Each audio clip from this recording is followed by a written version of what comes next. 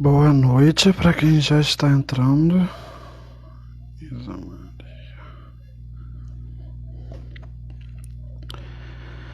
Boa noite, estamos dando início a mais uma conferência de Ciência da Informação e Biblioteconomia. A professora entrou. Hoje a nossa conferência vai ser com a professora Isa Maria Freire. Olá. Oi, professora, boa noite. Olá, boa noite. Boa noite de novo. Eu vou só dar uns avisos e fazer uma apresentação rápida aqui. Fique à vontade. E a gente parte para o seu tempo. Hoje a nossa conferência vai ser com a professora Isa Maria Freire. Ela é doutora em Ciência da Informação e professora no Departamento de Ciência da Informação e no Programa de Pós-Graduação em Ciência da Informação da Universidade Federal da Paraíba, a UFPB. É coordenadora da rede de projetos do Laboratório de Tecnologias Intelectuais, LTI, editora científica das revistas Informação e Sociedade, Estudos e Pesquisas Brasileiras em Ciência da Informação e Biblioteconomia e editora-chefe do blog De Olho na CI. E hoje o nosso tema vai ser Pesquisa aplicada na Ciência da Informação. Só pediram para eu dar um recado antes de que os vídeos estão lá no YouTube, vocês já sabem disso, alguns. E vocês podem continuar sugerindo a página. Então, professora, com você, eu vou desativar as perguntas agora, para a gente ouvir a professora, e no final a gente retoma os comentários para vocês poderem perguntar ao vivo. Com você, professora. Ok, obrigada. Boa noite a todos. Estou um pouco nervosa, sabe? Porque é a minha primeira vez. Ao vivo e a cores assim, no sinal aberto, né? Porque eu participo sempre de bancas pelo Skype e estou trabalhando com meus alunos nessa quarentena pelo Zoom, né? Mas assim, ao vivo e a cores, para tanta gente assim, já temos 38, 40, olha, mas tá bom, né? Vamos lá. Eu chamei esse papo de pesquisa aplicada na ciência da informação. Então, é um papo cabeça sobre metodologia da pesquisa na ciência da informação. É o meu xodó, eu gosto disso, gosto de desenhar o quadro, de encontrar os caminhos, fazer o mapa, uma coisa que me agrada muito. Então, eu faço pesquisa aplicada e faço pesquisa teórica também, não deixo de fazer, mas vou conversar com vocês sobre pesquisa aplicada e convidá-los a conhecer a minha pesquisa no portal do Laboratório de Tecnologias Intelectuais. Se você colocar no Google LTI, provavelmente vai ser, se não a primeira, a quarta linha. E considerando que a gente não paga nada, então a gente está bem situado, né? lá no Google. E quero agradecer o convite, especialmente por essa oportunidade de fazer alguma coisa pela primeira vez. É bom demais, cara. Eu ainda me lembro de algumas primeiras vezes, especialmente uma. Eu acho que a gente lembra muito daquela primeira vez. Mas fazer isso aqui e agora está sendo muito especial para mim, quero agradecer essa oportunidade e também quero parabenizar o grupo por ter criado esse canal. Eu venho acompanhando, né, venho participando do WebConcib, e uma ideia muito legal, muito legal. E tenho acompanhado nessa quarentena que a nossa área está fazendo Muitas lives, muitas. Todo mundo está o tempo todo conversando e discutindo, e isso é muito legal. Tá? É isso que traz o progresso, vamos dizer, o personagem. Né? Então, sobre pesquisa, eu tenho umas ideias, umas metáforas muito que eu me apropriei e gosto muito de usar. Por exemplo, uma do Rubem Alves, educador, filósofo da educação. O cientista é um caçador do invisível. Ele caça o invisível na realidade visível. Olha que coisa interessante. Quero dizer para vocês que eu estou aqui com o meu computador, porque a gente tem que ficar acompanhando e olhando para não me perder. Né? Então, o que Rubem Alves diz na sentença, né? O cientista é um caçador do invisível, ele continua: o que estou dizendo coloca os cientistas muito próximos aos religiosos e aos místicos, e me agrada mais ainda, né? Aos religiosos e aos místicos. Acho que a ciência pode ser um tipo de religião. Carl Sagan, né, fazia isso. Aquele livro dele é muito interessante, né? Sobre a ciência como uma luz na escuridão. E o Sagan diz isso também, né? Que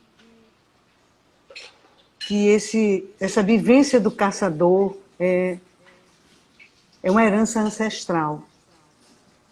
Né? E que procurar as pistas dos animais, fazer aquela questão, né? Quem passou por aqui? Há quanto tempo? Que direção seguiu? Acompanhar as manadas, acompanhar os animais no seu ciclo de vida. Então, tudo isso trouxe a nossa espécie ao que estamos vivendo aqui hoje. Ao vivo na web. E começou lá atrás. 100 mil anos, não sei, 500 mil anos, 1 milhão de anos, mas começou lá atrás.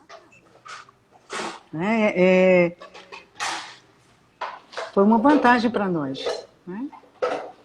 Aprender a caçar, aprender a seguir as pistas, né? E aprender a contar uma história. É aí que tem a ligação, né? Entre o caçador, né, e a ciência. O caçador, ele vai atrás das pistas. Ele faz aquelas questões, quem passou por aqui, há quanto tempo, para onde vai. E depois ele volta para contar o que ele viu, compartilhar o que ele viu. A gente faz isso na ciência. A gente propõe uma pesquisa, faz a questão da pesquisa, desenvolve a pesquisa e depois volta para contar. Chama-se comunicação científica. O Pierre Levy diz que os cientistas provavelmente foram a primeira comunidade de inteligência coletiva. E atualmente as grandes comunidades de inteligência coletiva são o mercado financeiro e os cientistas, né, para Pierre Levy. Eu concordo com ele, porque a gente acompanha aqui em São Paulo a Bolsa de Hong Kong, por exemplo. Né? Eles estão lá. Eles falam a mesma linguagem, e nós também. Nós, cientistas, nós falamos a mesma linguagem.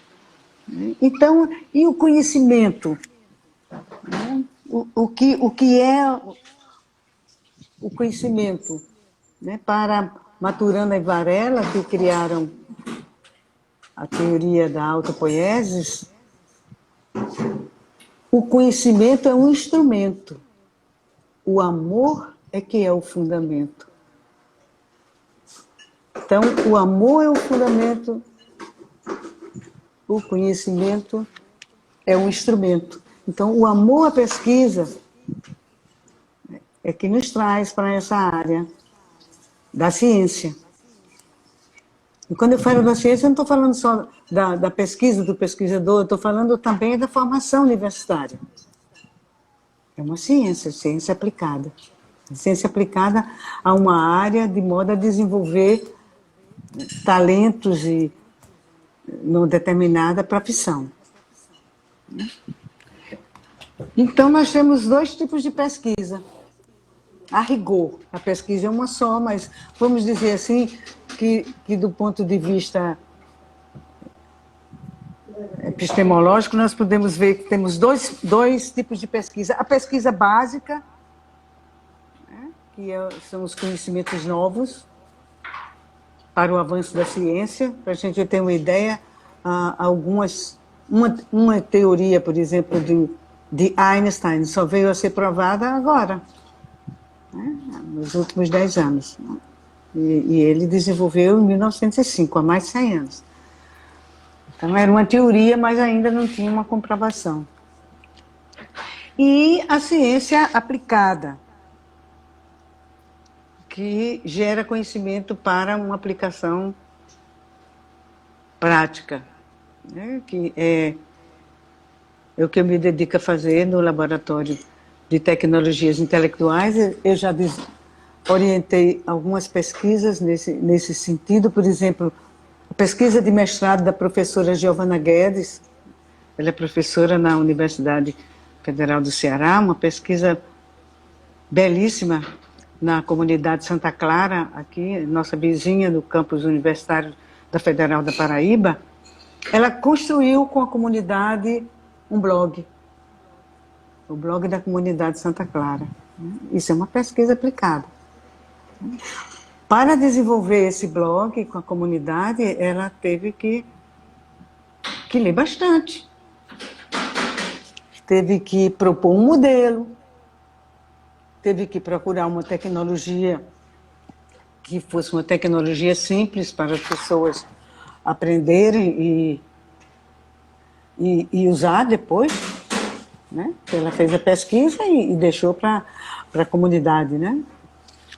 A herança. Também aqui na Paraíba, com o Elosman, desenvolvemos um blog, a pesquisa de mestrado dele, um blog para pessoas com deficiência. Um blog onde ele reuniu várias fontes de informação para pessoas com deficiências. Lá na universidade, no programa de pós-graduação da Universidade Federal da Bahia, eu desenvolvi com a Ana Sara, a pesquisa de mestrado dela foi fontes de informação para deficientes visuais. Vocês não podem imaginar a quantidade de Facebook para deficientes visuais. É uma coisa muito linda, sabe? Então são fontes de informação tanto para os deficientes quanto para os profissionais da informação. Agora, recentemente, eu desenvolvi com o Raimundo Nonato, que é o nosso editor do blog De Olho na CI. O doutorado dele foi sobre políticas para a população LGBT. Mas ele não somente analisou essas políticas de informação, ele reuniu as fontes de informação e hoje essas fontes estão disponíveis no LTI. Tem uma página só com as fontes de informação na web e tem uma página com fontes de informação bibliográfica.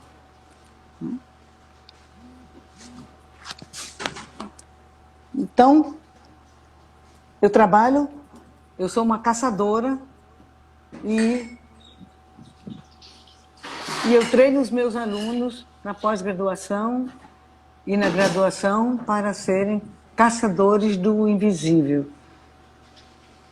na realidade visível. Eu vou dar um exemplo bem simples aqui para vocês. Nós estamos com 60 pessoas aqui na nossa conferência.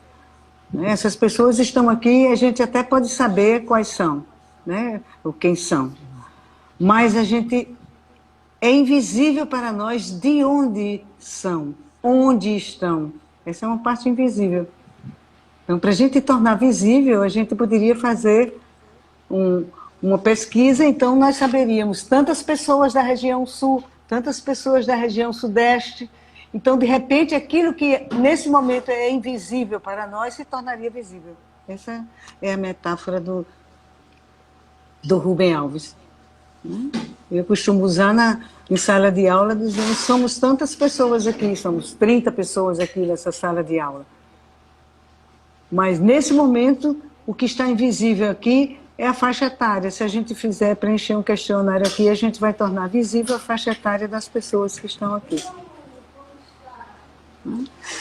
Então, a pesquisa aplicada, ela precisa criar um produto, um processo, alguma coisa que seja útil, que tenha alguma utilidade. Em algum momento do desenvolvimento das tecnologias de informação e comunicação, em algum momento dessa trajetória, isso foi só teoria. Aí lá atrás, na década de 70, virou uma ARPANET.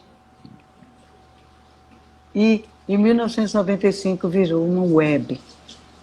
E no começo do século XXI, uma web 2, que é isso que a gente está usando agora. Né? Os blogs, os Instagrams da vida. Então, em algum momento, nós temos uma teoria.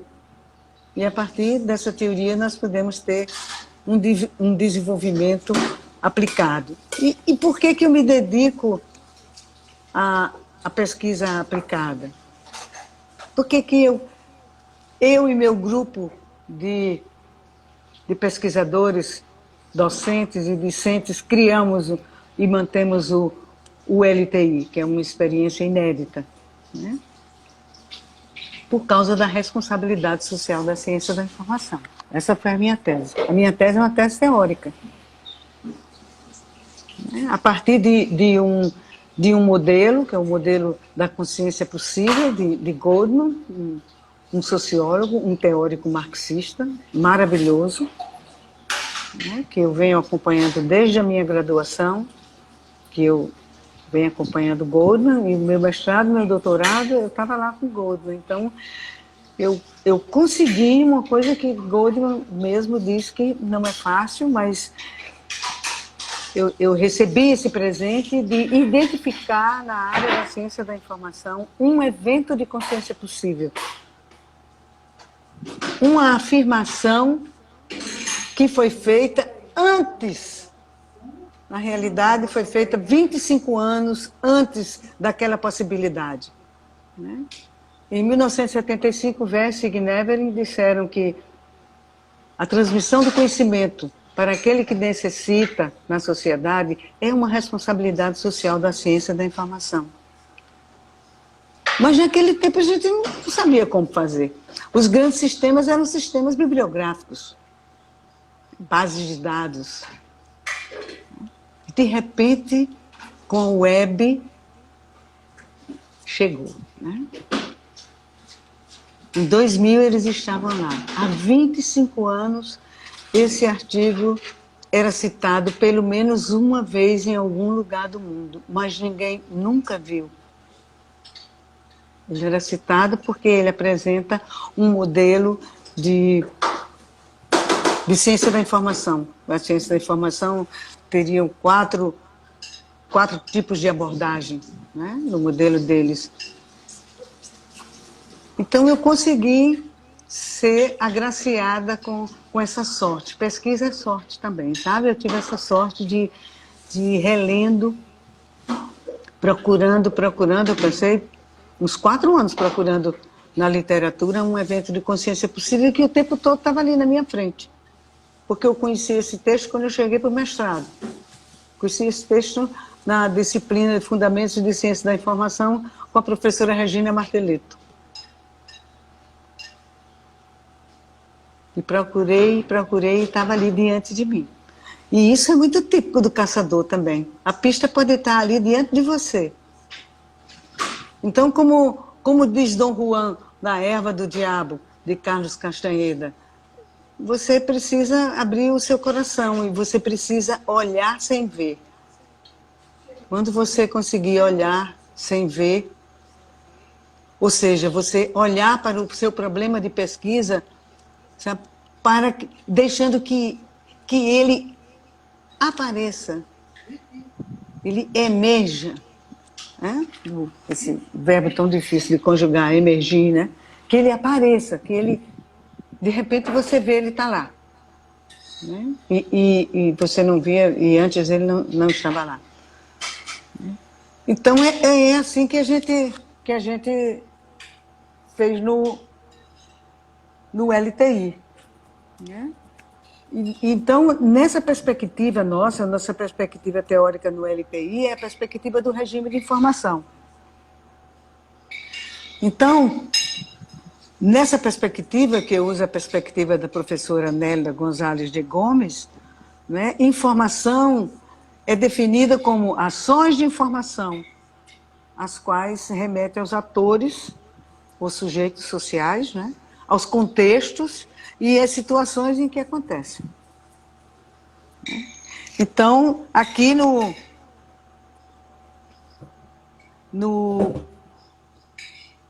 LTI, a gente aborda dentro do sistema clássico da universidade, né? Pesquisa, porque é experimental, né? Ensino, todos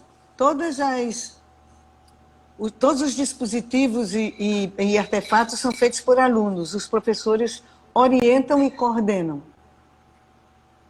Então, a gente tem PIBIC ensino médio, então temos quase 100 vídeos de ensino nas diversas disciplinas do ensino médio. Estão lá disponíveis. E temos também mais ou menos 80 vídeos de interesse para o ensino na área de biblioteconomia, arquivologia, museologia, feitos por alunos de graduação nessas áreas. E temos também as pesquisas de mestrado e doutorado, como esse das fontes de informação LGBT do Raimundo Nonato. E também temos a extensão, era a minha ideia, já desde muito tempo, de fazer a extensão online. Em geral, os projetos de extensão da universidade são presenciais. Então, resolvi fazer online. Lá no LTI, nas ações formativas, você pode encontrar 2 tutoriais. Um tutorial sobre metodologia da pesquisa, tornando-se um caçador. Lá você vai encontrar um manual de pesquisa e você vai encontrar uma coisa muito interessante. Os verbos mais utilizados, as expressões. Encontrar também um tutorial sobre ética da informação. O meu curso completo que eu dou na graduação está lá. Então, essa é a minha ideia da pesquisa aplicada. Uma teoria, e eu também faço isso, a minha pesquisa teórica, ela é feita ao vivo e a cores numa disciplina que seminários, tópicos especiais em ciência da informação. Eu faço como um seminário e eu vou aprendendo sobre regime de informação e vou discutindo o regime de informação com os meus alunos. E eu vou aprendendo. Agora, recentemente, a Juliana, que fez uma live aqui com vocês, né? A Juliana fez o seminário de pesquisa dela, aplicando o modelo de regime de informação ao projeto de pesquisa no doutorado, e, de repente, eu me dei conta de uma percepção que eu já conhecia, já sabia, lidava com isso, mas eu ainda não tinha tomado consciência de que eu venho trabalhando, existem mais de uma definição de regime de informação. E você pode, então, quando vai fazer sua pesquisa, por exemplo, eu percebi isso porque a Juliana foi muito sensível e ela trouxe para nós, na apresentação dela, no PowerPoint, uma das definições de regime de informação e que se aplica maravilhosamente à pesquisa dela. Então, quando ela trouxe isso para o seminário, quando ela aplicou, eu vi. Então, eu aprendi com ela, foi muito bacana. Então, eu aprendo assim, aprendo com os meus alunos, aprendo com os meus pares, né, com os pesquisadores, mas aprendo também com os meus alunos. E o que eu aprendo, eu levo lá para o laboratório de tecnologias intelectuais, que mudou a interface, né? O ano passado mudou a interface, é uma interface muito bonita, com a arquitetura pervasiva da informação, e foi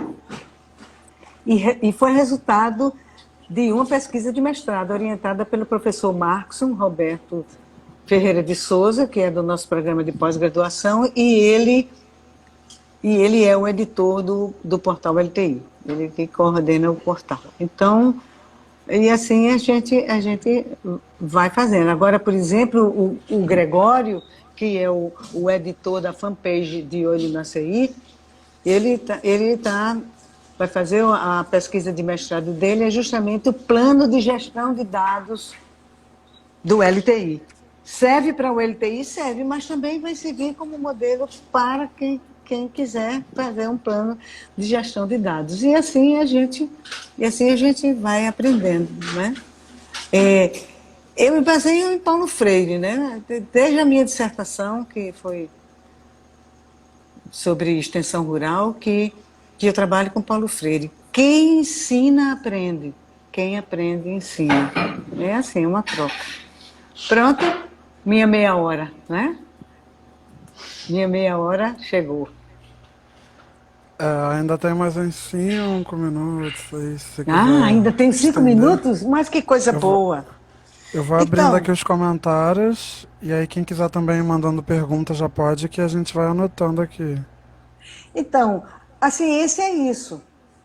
A ciência é teoria porque a gente pode ter um sonho, não é? Alguns teóricos tiveram sonhos. E com esses sonhos eles resolveram problemas na química, por exemplo. Tem uma história dessa na história da ciência, né? De um pesquisador que sonhou com uma cobra mordendo o próprio rabo então ele encontrou a resposta para uma cadeia química que ele estava estudando, né?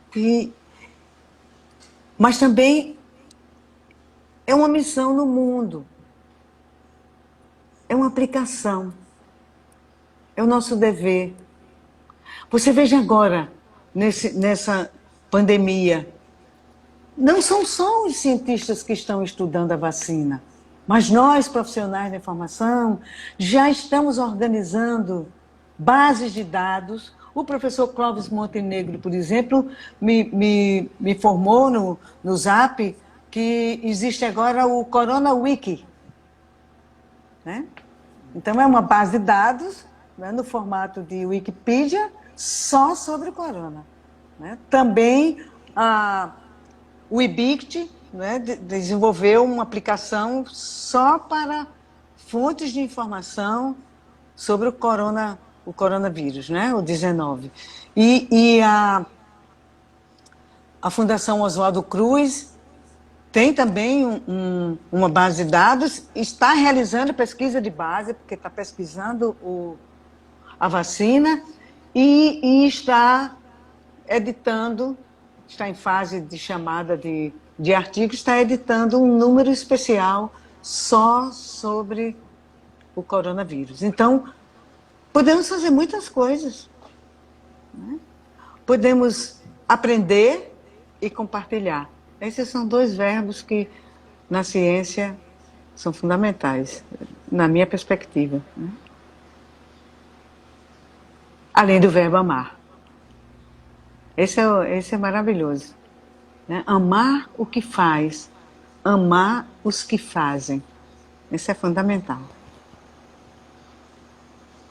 Pronto, acho que é isso. Professor, um prazer muito grande ouvir. O pessoal está aqui falando de como é inspirador ouvir, inclusive os comentários aqui. Tem muitos orientandos seus aqui, inclusive, eu acho. Alguns estão comentando. Já tinham chegado três perguntas aqui no box de perguntas que a gente abriu. E aí eu vou começar a fazer aqui. A primeira pergunta que mandaram foi assim: quais as possibilidades de interação entre a graduação e a pós-graduação na pesquisa aplicada? Ah, essa é maravilhosa. Porque o CNPq tem o Programa Interinstitucional de Bolsas de Iniciação Científica, o PIBIC. Né? Então, no PIBIC, nós temos alunos de graduação. Por exemplo, o Gutierrez Mota, ele é meu aluno, né, na extensão e também na pesquisa, e ele é o editor da fanpage Na Trilha do Futuro. E ele, que é aluno de biblioteconomia, ele pesquisa na revista Pesquisa Brasileira em Ciências da Informação e Biblioteconomia, que tem uns 3.000 registros de artigos científicos, e ele todo dia ele tem uma rede e ele publica diariamente uma indicação de leitura. E essas indicações de leitura, eles já receberam, a semana passada teve um com 1.870 visualizações. É muita coisa para a nossa área, né? Sim. É uma fanpage simples, não é uma coisa assim maravilhosa, mas é um trabalho duro, ele faz isso todo dia. Né? Então, o que ele está aprendendo? Que pesquisa é isso, é todo dia. Então, os alunos da graduação trabalham com os alunos da pós-graduação. E nós, professores da graduação e da pós-graduação, né, a gente está junto. Né? Só para você ter uma ideia, nós temos lá no LTI, nós temos 2 dezenas, talvez, de tutoriais. Por exemplo, como escrever um artigo científico, como abrir uma conta no LinkedIn. Isso é feito em sala de aula de graduação, com orientação do professor Wagner Junqueira de Araújo. O professor Wagner é professor de tecnologia da informação. E então os alunos, a prova dos alunos é fazer um tutorial de tecnologia da informação. E os melhores vão para o LTI. Então tem uma integração realmente. O LTI promove isso. Agora, o melhor disso tudo é que é uma coisa assim, muito espontânea, sabe? Eles fazem junto com a gente, e a gente faz junto com eles, mas não tem assim, não tem uma hierarquia, sabe? É todo mundo junto, tá? É junto e misturado. É muito legal. Não sei se eu respondi, mas é assim que a gente faz. Não, acho que sim, professora. Tem uma pergunta que já tinha chegado que completa, muito parecida com uma que chegou aqui agora. E aí eu vou juntar as duas. É assim, a primeira. Como a pesquisa aplicada pode ajudar a trazer soluções para a pandemia? E aí comentaram aqui ainda agora. Como a CI e particularmente o LTI pode contribuir para esse momento pós-humano que vivemos? É um momento pós-humano. É transcendental. Sabe? A Mãe Terra não aguenta mais esse tipo de exploração. Não podemos mais ter esse tipo de ideia de todo ano a gente tem que crescer tanto. Ou... Não. Eu acho que a gente vai ter que mudar a perspectiva. Dizer assim, não é mais o crescimento econômico, não pode mais ser 5%, 10%, 12%, 1%. Eu acho que o crescimento agora deveria ser quantas pessoas conseguimos tirar da miséria? Né? Quantas pessoas conseguimos dar uma renda básica? Olha aí o Eduardo Suplicy, minha gente. Há quanto tempo o Eduardo Suplicy fala sobre isso? Sobre essa renda básica? Né? É isso que a gente precisa fazer. Eu acho que a gente precisa mudar essa perspectiva. E quanto mais a gente trouxer as pessoas, né, para o espaço onde elas possam consumir principalmente alimentos, né? Quanto mais, melhor. Não é só a questão do emprego, é a questão da fome. A gente não pode esquecer a África, por exemplo. São milhões de pessoas, né, com carências e com doenças endêmicas na África. Então, nós, cientistas da informação, podemos ajudar e muito. Quanto mais vocês puderem, né, nas áreas que vocês se interessam, abram blogs. Não é difícil. Ofereçam informação. Tá? Divulguem as BDTDs, divulguem os repositórios. Acessem as informações, leiam. A gente não vai conseguir nada se a gente não se informar primeiro. E tenham sempre isso em mente. A nossa responsabilidade é fazer o conhecimento chegar lá na ponta. Lá no pessoal que precisa. Né? Por exemplo, eu orientei uma dissertação de mestrado de uma artista aqui na UFPB, da TV UFPB, e o trabalho final dela foi um vídeo. Nesse vídeo, ela produziu uma história para surdos. Essa história, então, é uma lenda que é cantada, não é? Capineiro do meu pai, não me corte os meus cabelos. É uma lenda medieval, uma canção que é cantada. Então, ela produziu essa canção, cantada em línguas, na linguagem de sinais, né? E também para crianças ouvintes. Por quê? Ela descobriu que as crianças ouvintes não compartilhavam histórias com as crianças surdas. Cada um tinha suas histórias, elas não compartilhavam. Então, olha o trabalho dela. Ela criou, está lá no YouTube. Né? Depois vocês me cobrem o nome da dissertação, mas é um videozinho que está lá no YouTube e ela produziu contando a história, né, da música, a música em linguagem de sinais, toda a produção de teatro, toda a produção de vídeo, é belíssima. E ela fez isso, para mostrar que o quê? Porque é um vídeo. Isso vai mudar alguma coisa? Não sei se vai mudar alguma coisa no mundo, mas pode ser que mude alguma coisa na alma de um educador, na alma de um programador. Né? E, de repente, isso possa se constituir num programa mais amplo. Né? Então, a gente pode ajudar, sim.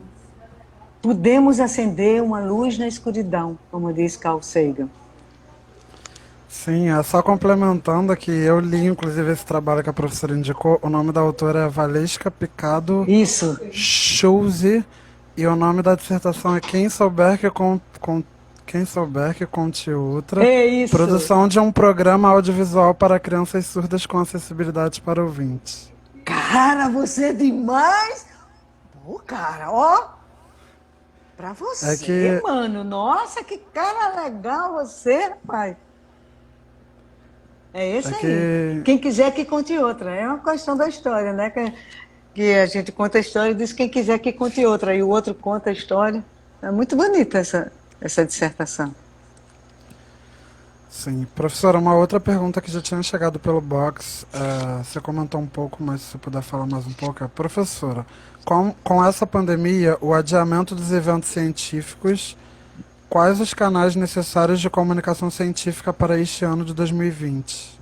Olha só, a Universidade Federal da Bahia, um grupo coordenado pela professora Zeni Duarte, vai fazer um evento chamado MedInfor, né? Informação na Medicina.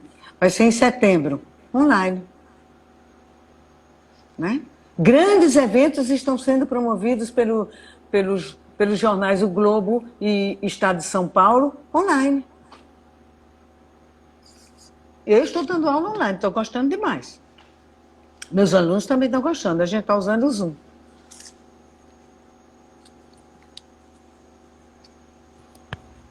Uma outra pergunta aqui, você falou da questão da pesquisa.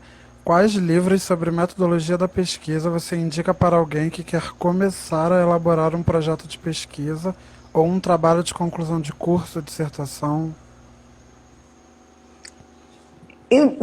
Para dar uma indicação bibliográfica, assim, mas eu diria a você o seguinte, põe lá, LTI.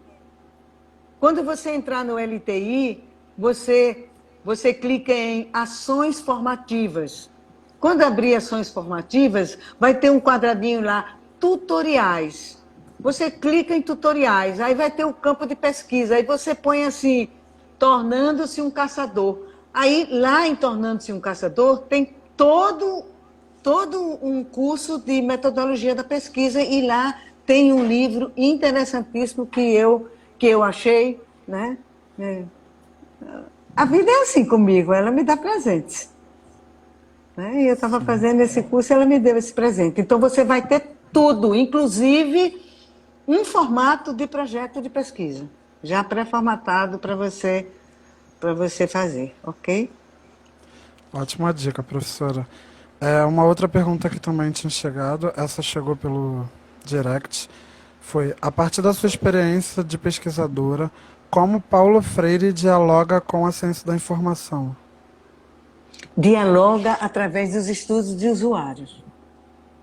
Né? Dialoga através do protagonismo, que é um conceito, né, trazido aqui para a ciência da informação pela professora Henriette, né, Gomes, também o professor Oswaldo, né, Ofage, Oswaldo de Almeida Júnior, eles usam esse protagonismo, ou seja, você é o sujeito, você pode trazer o mundo para dentro de você e você pode levar o mundo para fora de você e a sua biblioteca junto com o mundo. Né? Então, esses conceitos são fundamentais, né? O conceito de protagonismo social. Se você entrar na BRAPSI, a BRAPSI é BRAPCI. É uma base de ciência da informação. Tem 20.000 referências bibliográficas. E você entra lá e põe protagonismo social, ou põe Henriette Ferreira Gomes, e vão vir os artigos dela, e você não vai encontrar muita coisa, porque é uma abordagem nova. Mas você vai encontrar pelo menos 30 referências, e você vai se apaixonar pelo trabalho a partir do conceito. O conceito é protagonismo social. E a partir do conceito você aplica e você vai amar trabalhar com ele. Né? A professora Henriette esteve aqui também né, nessa plataforma. E ela falou sobre isso. Ela foi aqui na nossa universidade também, aqui na UFPB, falou sobre isso. Foi um sucesso. Sim. A sétima pergunta é, professora, qual mensagem você passa para os pesquisadores e para os defensores da ciência que estão constantemente sendo atacados por esse governo? O governo passa. Eu já tenho 7 décadas de vida. O governo passa. A gente fica. Ok? Nunca se esqueçam disso. A gente fica. Tá? Vai passar. Lembram? Vai passar nessa avenida. Vai passar. Mas a gente fica. Tá? Sim. Tem uma outra pergunta aqui. Qual o papel da ciência da informação no combate às fake news em tempo de coronavírus? O nosso papel é trazer a informação, organizar a informação. Olha, agora mesmo eu li aqui que tem também um congresso sobre coronavírus, né, que está rolando na UFBA, na Universidade Federal da Bahia, né, e tem inscrições abertas. Então, criar espaços para a informação circular, isso é fundamental. Tá? Eu mesma já nesses dias eu andei pensando, a gente vai ter que fazer alguma coisa, eu vou conversar com os meus amigos, não, a gente não precisa fazer tudo no LTI, mas a gente pode colocar, por exemplo, um link para essa base de dados do IBICT. No LTI a gente não faz tudo, mas a gente, às vezes, dá espaço para o que está sendo feito. Né? Por exemplo, nós temos o link para o blog de fontes de informação da professora Célia Dias, da Federal de Minas Gerais. Ela faz esse blog com os alunos. Né? O link para o blog dela está lá no LTI. Então, o LTI também é um portal para esse tipo de compartilhamento. Né? Coisas que os outros fazem e que são importantes para a nossa área. Sim, pediram, enfim, mandaram assim, você poderia falar mais sobre esse projeto de gestão de dados do LTI? É um projeto muito novo. A gente está aprendendo, é o Gregório que está fazendo esse projeto. Não é? Ele está fazendo o projeto, eu estou lendo o projeto de qualificação dele. Tá? Então, a gente está... Eu só posso dar uma dica. A dica é o Google Analytics. Né? O Qualis de periódico da CAPES agora está usando o Google Analytics. Então, o Google Analytics é uma fonte de dados muito interessante para a gestão da informação. Né? Se a sua informação está na web, como é o caso do LTI e como é o caso dos periódicos científicos. Né? Mas é uma coisa nova, mas, por exemplo, na Universidade Federal da Paraíba, nós já publicamos 2 livros, né, organizados pelo professor Guilherme Ataíde Dias e pela professora Bernardina Freire de Oliveira, e esses livros estão disponíveis. Entrem no site da editora da UFPB, né, e vocês conseguem. Então, acesso a isso, mas é uma coisa bem nova. Mas já tem o Gregório, posso dizer a vocês que o Gregório encontrou 57 referências na BRAPSE sobre gestão de dados. Então, vá na BRAPSE e coloque gestão de dados e você vai conseguir. São 57. Quer dizer, é novo, são 55 autores e 57 referências. Para você ver como é novo. Olha a quantidade de autores. Muitos autores escrevendo, mas apenas 2 autores escreveram 2 vezes. Então você vê que a área é nova.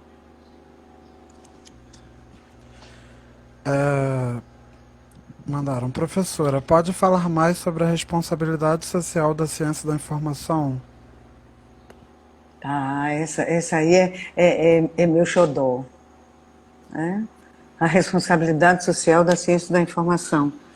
Trazer à tona, trazer para a web, trazer para as escolas, trazer para a vida da gente o máximo possível de fontes de informação.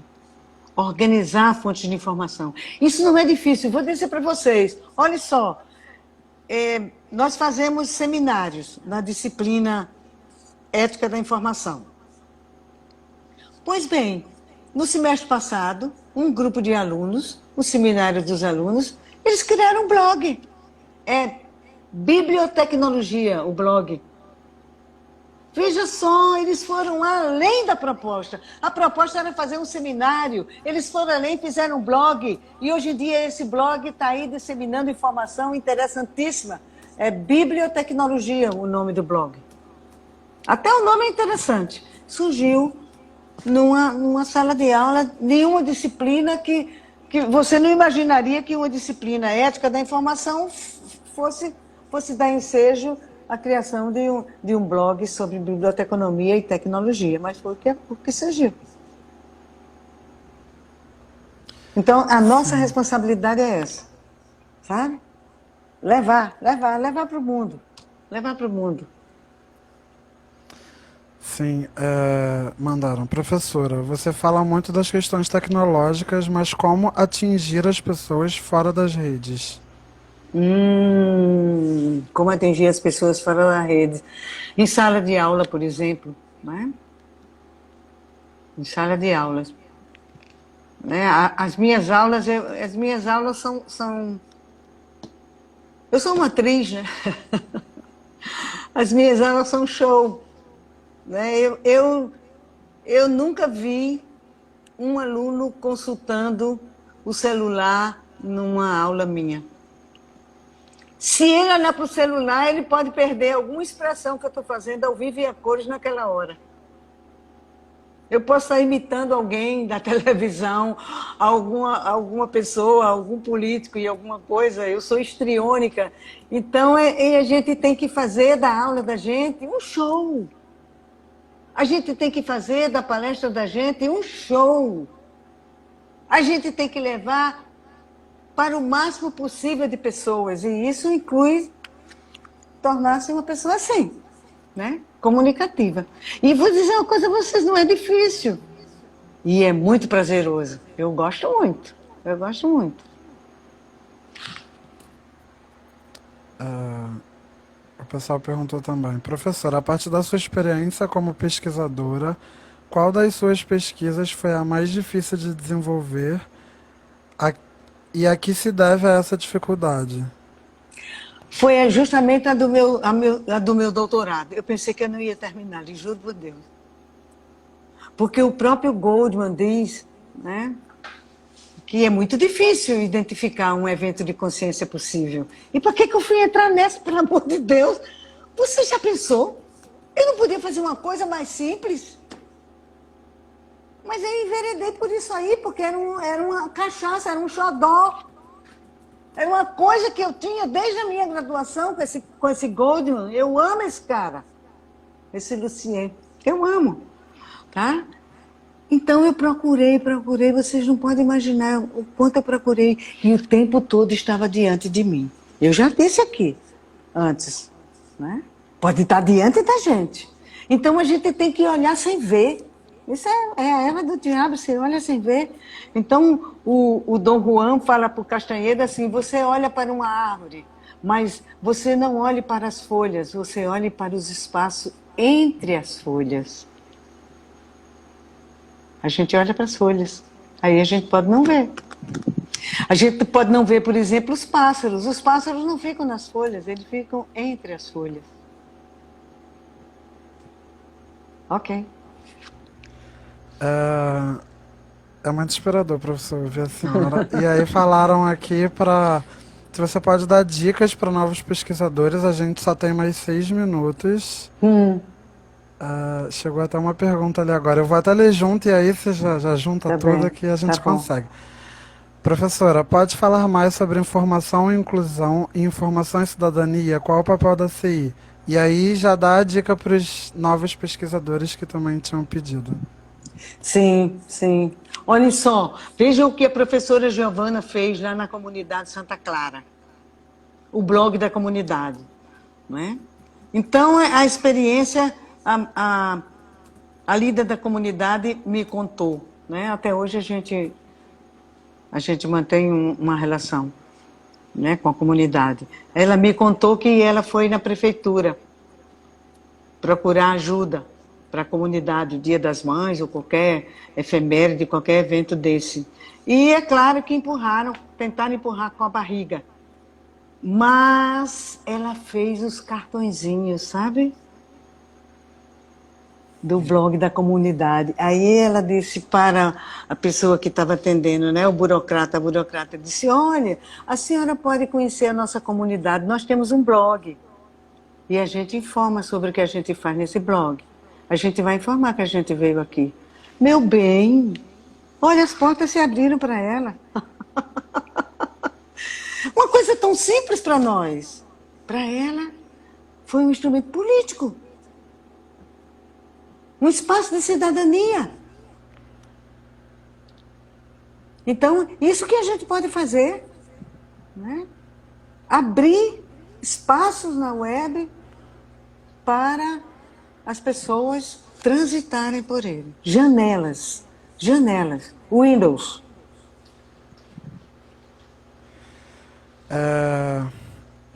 Professora, o nosso tempo infelizmente está chegando ao fim, porque hoje finalmente nós conseguimos ficar em 1 hora. Foi uma inspiração muito grande o pessoal da comissão estar aqui falando também. Acho que está todo mundo falando. Você recebeu beijos aqui, até desapareceu gente da Espanha. Ó. de Santa Catarina, de Brasília, enfim, eu não vou conseguir ver todo mundo, mas tem gente aqui de vários lugares diferentes. É, o pessoal está perguntando da próxima live, então eu já vou começar os recados antes das palavras finais da professora.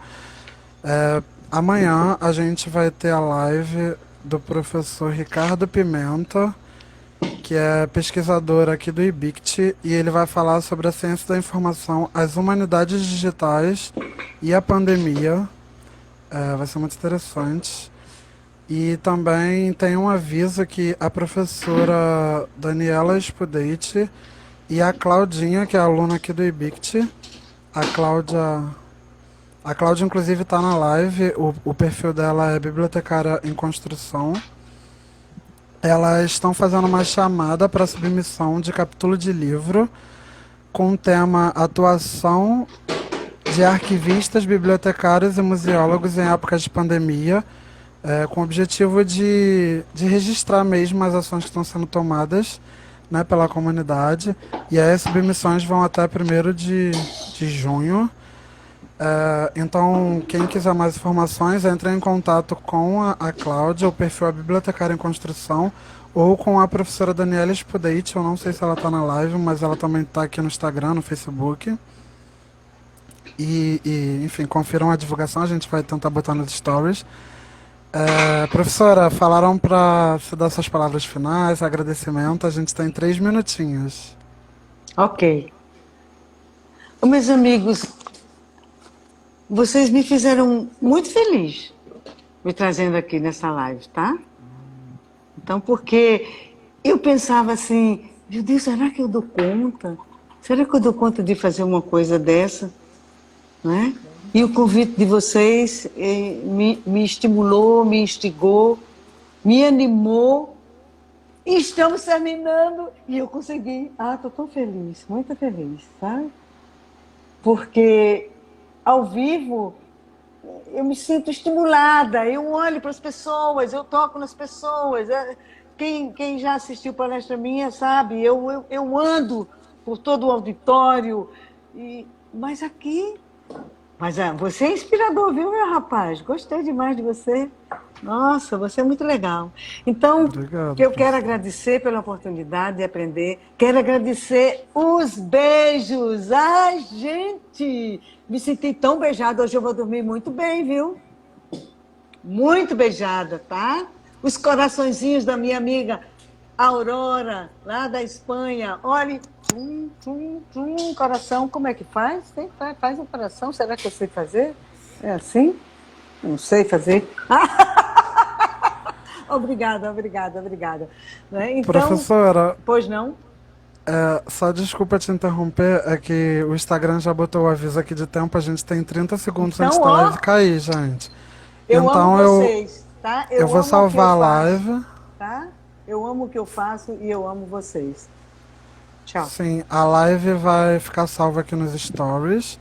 E amanhã tem a live do professor Ricardo. Então continuem de olho na página que a gente vai anunciando as lives da semana. Um Valeu, beijo e pessoal. boa noite para todo mundo. Boa noite para Valeu. todo mundo.